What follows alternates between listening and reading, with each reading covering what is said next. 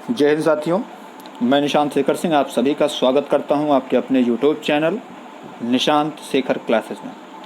मित्रों, आज हम लोग जो चर्चा करने वाले हैं वो राज्य कितने हैं और केंद्र शासित प्रदेश कितने हैं, उनका संवैधानिक पहलू जानते हुए आज की यह वीडियो बहुत ही अच्छी और एग्ज़ाम के दृष्टिकोण से बहुत ही लाजवाब होने वाली है, इसलिए आप लोग पूरा वीडियो देखिएगा। और हाँ, अच्छा लगे तो लाइक और शेयर ज़रूर कर दीजिएगा यदि आप सब्सक्राइब कर चुके होंगे तो। आइए शुरू करते हैं। तो पहले तो हम यही आपको बता दें कि वर्तमान में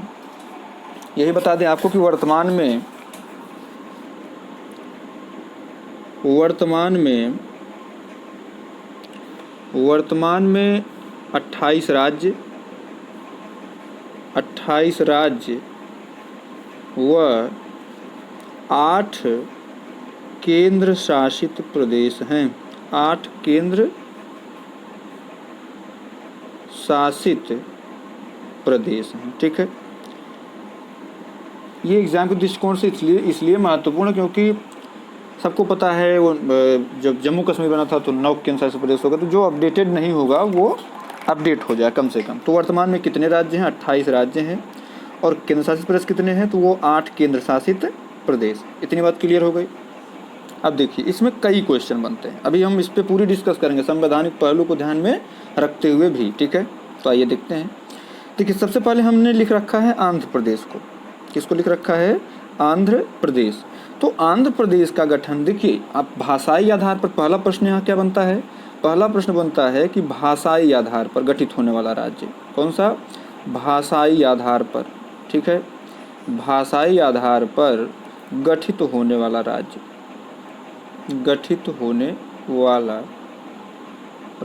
ठीक है। भाषाई आधार पर गठित होने वाला राज्य कौन है? तो ये आपका कौन? आंध्र प्रदेश है। उसके बाद आइए देखिए, आंध्र प्रदेश का गठन कब किया गया था? तो ये 1953 में। अब देखिए, यहीं से ही आप ये मान चलिए कि कहीं ना कहीं भाषाई आधार पर राज्यों की नींव जो यहाँ से पड़ी थी, ये आगे चल करके कई संविधान संशोधन करवाएगी, कई राज्य क्षेत्रों के नाम बदलेगी। जैसे हम लोग संविधान में अनुच्छेद 1 से 4 तक जब पढ़ते हैं, तो उसमें हमको ये कहा था भारत राज्यों का एक संघ होगा। दूसरे में कहा जाता है कि संसद किसी भारतीय राज्य क्षेत्र के नामों में परिवर्तन कर सकती है, उनके क्षेत्र में परिवर्तन कर सकती है, उनके भूभाग में परिवर्तन कर सकती है। अनुच्छेद 3 में भी यही बात कही गई कि संसद को अधिकार है किसी भी राज्य क्षेत्र को अलग अलग करने का, लेकिन परमिशन ग्रांटेड होनी चाहिए किससे? राष्ट्रपति से वो परमिशन लेकर के राज्य गठित कर सकता है, साधारण विधेयक द्वारा नहीं करेगा। अब देखिए, एक केस आया था उसमें, संविधान तो मैं आपको नहीं भूगोल पढ़ा रहा हूँ, लेकिन संवैधानिक पहलू चूँकि बताने का मैंने आपसे वादा किया है तो बताता चला। तो यहाँ पे एक केस आता है बेरुबाड़ी का। इसमें बेरुबाड़ी का केस आता है। बेरुबाड़ी एक पार्ट था किसका? बेरुबाड़ी जो था, बेरुबाड़ी एक पार्ट था इंडिया का और उसको देना था पाकिस्तान को। तो कुछ लोगों ने विरोध किया कि भाई संसद नॉर्मली साधारण विधेयक से अगर विधेयक पास करके और दे रही फिर तो कभी भी किसी को भी दिया जा सकता है। तो उस पर सुप्रीम कोर्ट का डायरेक्शन आया, सुप्रीम कोर्ट का जजमेंट आया कि नहीं। जैसे आप देखेंगे कि जो संविधान का अनुच्छेद 4 है, अनुच्छेद 4 ये कहता है कि जो अनुच्छेद 3 और 4 में जो परिवर्तन किए जाएंगे वो संविधान के अनुच्छेद 368 के अधीन संशोधित नहीं किए जा सकते। मतलब संविधान के अनुच्छेद 368 के अधीन वो संशोधन नहीं माने जाएंगे, ऐसा कहता अनुच्छेद 4।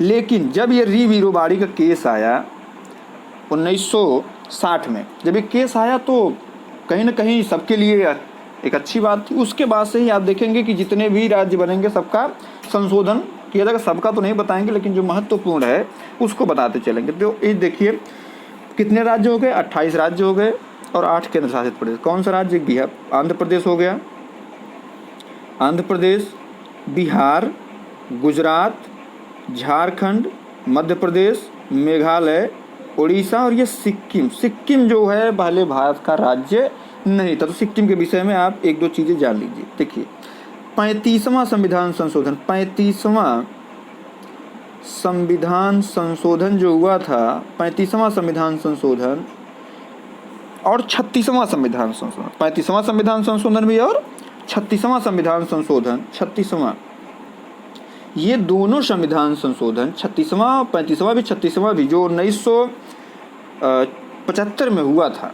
1975 में, देखिए इनमें दोनों में अंतर क्या है। यहाँ से प्रश्न क्या बनता, 35वां संविधान संशोधन द्वारा सिक्किम को भारत का अंग बना लिया गया, 35वां द्वारा, और ये कहा गया कि भाई पहले आप मिलिए, उसके बाद आप देखिए। जैसे हम लोग सामान बेचते हैं, हम लोग कहते हैं भाई आप पहले जांचिए परखिए, उसके बाद अच्छे लगे तो लीजिए। तो सिक्किम भी हमारा पार्ट नहीं था, तो हमने उससे कहा कि आप पहले मिलिए और उसके बाद देखिए अगर आपको अनुकूल लगे, क्योंकि हम लोग जोर ज़बरदस्ती वाले तो है नहीं चाइना टाइप के। तो फिर इन्होंने कहा ठीक, जब ये रह लिए अच्छे से, तो तत्पश्चात चूँकि अब इसमें जो है इनको तय करना था, तो हमने इनको छोड़े। 36वां संविधान संशोधन 1975 द्वारा इनको पूर्ण राज्य का दर्जा दिया गया। तो आपसे प्रश्न पूछता है पूर्ण राज्य का दर्जा किस संविधान संशोधन द्वारा, किस संविधान संशोधन द्वारा सिक्किम को पूर्ण राज्य का दर्जा दिया गया, तो आप 36वां मारेंगे। ठीक है, चलिए आगे बढ़ते हैं। त्रिपुरा हो गया, पश्चिम बंगाल, फिर उसका अरुणाचल प्रदेश, छत्तीसगढ़। देखिए जो छत्तीसगढ़ है, उत्तराखंड है, झारखंड है, इनका जो गठन किया गया था न, ये महोदय 2000 में, सन 2000 में जो है, सन 2000 में इनका गठन किया गया। जैसे 1 नवंबर को छत्तीसगढ़ बन गया, 9 नवंबर को उत्तराखंड बन गया। जैसे अब छत्तीसगढ़ की बात करेंगे, अब छत्तीसगढ़ कहाँ है, छत्तीसगढ़, छत्तीसगढ़ कब बना था, 1 नवंबर को, 1 नवंबर, 1 नवंबर सुन लीजिए, 1 नवंबर को। उसके बाद अगला कौन सा है, उसके बाद हम देख लेते हैं कौन, 1 नवंबर। उसके बाद 9 नवंबर कौन बना था, 9 नवंबर को महोदय ये बने थे, कहाँ गए, उत्तराखंड महोदय ये बने थे 9 तारीख को, 9 नवंबर। ठीक है, उसके बाद देखिए 15 नवंबर को जो है ये महोदय झारखंड बन गए। कौन बन गए, 15 तारीख को जो है ये महोदय झारखंड बन गए। कहाँ झारखंड भाई, देखिए झारखंड, झारखंड, बिहार, गुजरात, झारखंड, ये देखिए ये महोदय छुपे थे, ये 15 नवंबर को बन गए। तो देखिए अब यहाँ से प्रश्न क्या बना, जो छत्तीसगढ़ का हो गया, उत्तराखंड का हो गया, छौझा आप बोल सकते हैं, तो 1 9 15 है ना, 1 9 15, इस प्रकार से इनका गठन किया गया। हम ये नहीं बताएंगे महाराष्ट्र गठन किस प्रकार से हुआ, हाँ जो महत्वपूर्ण होगा उसको हम बताते चलेंगे, इसके लिए आप निश्चिंत रहिएगा। ठीक है, चलिए जैसे ये आ गया था। फिर उसका कर्नाटक हो गया, कर्नाटक के इस टाइम राज्यपाल कौन है, देखिए ये आज मुख्यमंत्री कोई बदल गए हैं, जो येदियुरप्पा थे वो हट गए हैं। ठीक है, और कल अपडेट कर दूंगा। कर्नाटक में इस टाइम जो राज्यपाल हैं वो थावरचंद गहलोत हैं, आज की तारीख से मैं बता रहा हूँ, आज की तारीख वह। और थावरचंद गहलोत जो थे ये पूर्व में जो राज्यसभा है उसमें सत्ता पक्ष के नेता थे, है ना। अब उनके स्थान पे कौन आ गए हैं, उनके स्थान पे आ गए हैं आपके उधर, और जो उसमें कहीं ना कहीं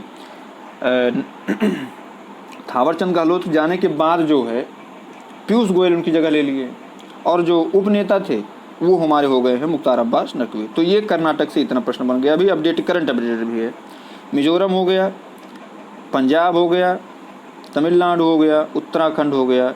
उत्तराखंड में भी कौन मुख्यमंत्री बने हैं, धामी साहब बने हैं ना, तीरथ रावत गए। उसके बाद असम हो गया, देखिए मित्र असम हो गया। ठीक है, असम, असम के मुख्यमंत्री कौन है, असम के मुख्यमंत्री आप जानिए, देखिए बिप्लब देव कुमार हैं, कौन है ना, आप सर्च करिएगा। गोवा हो गया, हिमाचल प्रदेश हो गया जयराम ठाकुर वाला, केरल, मणिपुर। मणिपुर का एक चीज़ बड़ा फेमस है, मणिपुर का जो काला चावल है, काबुल नाम जाओ, ये जो चावल है यहाँ का काला चावल, इसको जीआई टैग मिला। नागालैंड हो गया, राजस्थान हो गया, है ना, तेलंगाना हो गया, और उत्तर प्रदेश अपने में योगी महाराज जी हैं उत्तर प्रदेश के। तो ये हमारे 28 राज्य हो गए। हमने इस पर जो भी करंट रिलेटेड थे हमने बता दिया आपको। अब आते हैं केंद्र शासित प्रदेश पे, है ना, कितने हैं भाई साहब, तो केंद्र शासित प्रदेश अब जो संख्या है वो हो गई है 8। कैसे हुई है ये भी देख लेते हैं। देखिए दिल्ली हमारा राष्ट्रीय राजधानी क्षेत्र बना, दिल्ली हमारा क्या है, आप देखेंगे कि अनुच्छेद पढ़ेंगे 239 का। अभी जब जम्मू कश्मीर पढ़ेंगे उसमें भी आपको इसकी चर्चा करेंगे। 239 का में तो 69वां संविधान संशोधन 1991 में हुआ था शायद। तो जब उसके द्वारा जो है दिल्ली को राष्ट्रीय राजधानी क्षेत्र का दर्जा दिया गया। अब देखिए इतना ही नहीं, इसका थोड़ा संवैधानिक इतिहास पढ़ लेते हैं। देखिए जब भारत में बंगाल विभाजन हुआ था तो कलकत्ता को बंगाल को जो है डिवाइड कर दिया गया था और बंगाल को ही राजधानी घोषित कर दिया गया था। तो 1911 में, मतलब 1911 में जब दिल्ली दरबार का आयोजन हुआ, 1911 में जब दिल्ली दरबार का आयोजन हुआ, दिल्ली दरबार में बंगाल के विभाजन को रद्द कर दिया गया और दिल्ली को 1911 में ही दिल्ली को राजधानी बना दिया गया। दिल्ली को राजधानी बना दिया गया, ठीक है। ऐसे तो 69वां संविधान संशोधन द्वारा बनाया गया है, लेकिन इस प्रकार बना दिया गया। उसके बाद आइए देखिए, अब उसके बाद क्या है, अंडमान और निकोबार द्वीप समूह, ठीक है। चंडीगढ़ हो गया, पंजाब हरियाणा के संयुक्त राजधानी, ठीक है। दादर नागर हवेली और दमन द्वीप, ये थोड़ा महत्वपूर्ण है, ये महोदय महत्वपूर्ण है। कैसे महत्वपूर्ण है, देखिए दादर नागर हवेली और दमन द्वीप दो अलग अलग संघ क्षेत्र थे, संघ राज्य क्षेत्र थे, लेकिन इनको देखिए इसमें विधेयक पेश हुआ। तो विधेयक जो है संसद में पहले लोकसभा में कब पेश किया गया, 27 नवंबर को, 27 नवंबर 2019 को एक विधेयक पेश किया गया लोकसभा में। कहाँ पेश किया गया, लोकसभा में। उसके बाद 3 दिसंबर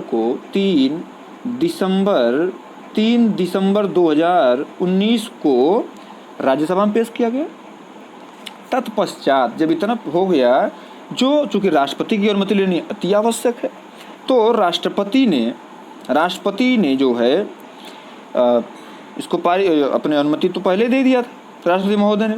इसको गृह मंत्रालय ने अधिसूचना के अनुसार 26 जनवरी को मोदी जी अनाउंस किए थे। 26 जनवरी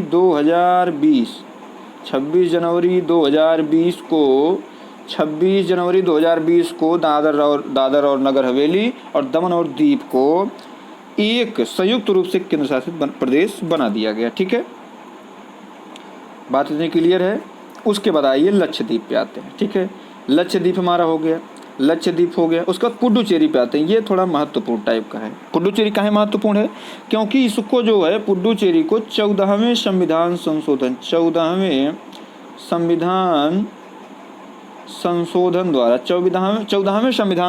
द्वारा इसको भारत का केंद्र शासित प्रदेश बनाया गया था, ठीक है। अच्छा, अब यहाँ से प्रश्न आता है, जो पुडुचेरी है ये जो है पहले किसके उपनिवेश थे, तो पुडुचेरी महोदय ये फ्रांस के उपनिवेश थे। किसके थे, फ्रांस के उपनिवेश थे, जिनको जो है सेना की कार्रवाई द्वारा अपने में मिलाया गया। कौन कौन मिलाए गए थे, पुडुचेरी, माहे, जैसे पुडुचेरी तो मिलाया गया था, पुडुचेरी से माहे भी आता है, यनम भी आता है, कारिकल भी आता है, वही कोझिकोड केरल वाला, तो कारिकल भी आता है, इतना ओके। उसके बाद 1961 में सैनिक कार्रवाई द्वारा जो आपका गोवा है ना, जो यहाँ हमने आपको पढ़ रखा था, जो गोवा हो गया, दमन और दीव, ये जो दमन और दीव है ना, गोवा, दमन और दीव को जो है पुर्तगालियों से मुक्त करा दिया गया। यहाँ किसको मुक्त करा दिया गया, पुर्तगालियों से मुक्त करा दिया गया, ठीक है। इतनी बात क्लियर है। अब देखिए, अब आते हैं हम जम्मू एंड कश्मीर पे। जम्मू कश्मीर जो है 31 अक्टूबर से प्रभावी हो गया है। ये 31 अक्टूबर से महोदय ये प्रभावी हो गया है। 5 अगस्त 2019 को घोषणा की गई थी कि जम्मू कश्मीर और लद्दाख दो अलग अलग क्षेत्र होंगे, है ना। 5 अगस्त 2019 को घोषणा की गई थी और 31 अक्टूबर आपको डेट याद रखनी है। 31 अक्टूबर को ये जो है जम्मू कश्मीर और लद्दाख दो अलग अलग संघ राज्य क्षेत्र बना दिए गए। ये विधानसभा युक्त है। जम्मू कश्मीर जो है ये विधानसभा युक्त है और लद्दाख जो है ये विधानसभा रहित है, ठीक है। अभी चलिए, अब देखिए इतना हो गया। अब इसमें से प्रश्न ये बनता है, इसे करंट से अपडेट कर दें। जम्मू कश्मीर और लद्दाख का जो संयुक्त उच्च न्यायालय है तो उसका नाम जम्मू कश्मीर और लद्दाख उच्च न्यायालय, और इसके जो अभी वर्तमान में न्यायाधीश बनाए गए हैं वो हैं पंकज मित्तल। ये अब देखिए, अब एक चीज़ और याद आ गई हमको। अब देखिए जम्मू कश्मीर के राज्यपाल कौन है, राज्यपाल तो उपराज्यपाल कौन है, ये है आपके उपराज्यपाल कौन है, उपराज्यपाल देखिए प्रश्न इसी प्रकार से जो चीज़ आप कर रहे हो ऐड कर दीजिए। उपराज्यपाल आपके ही मनोज सिन्हा है। और अब आप लद्दाख के राज्यपाल देखिए कौन है, लद्दाख के राज्यपाल राधा कृष्ण माथुर हैं। ठीक है, इतनी बात हो गई। शायद आशा है कि आज से यहाँ से प्रश्न गलत नहीं होगा। धन्यवाद। जय श्री राम।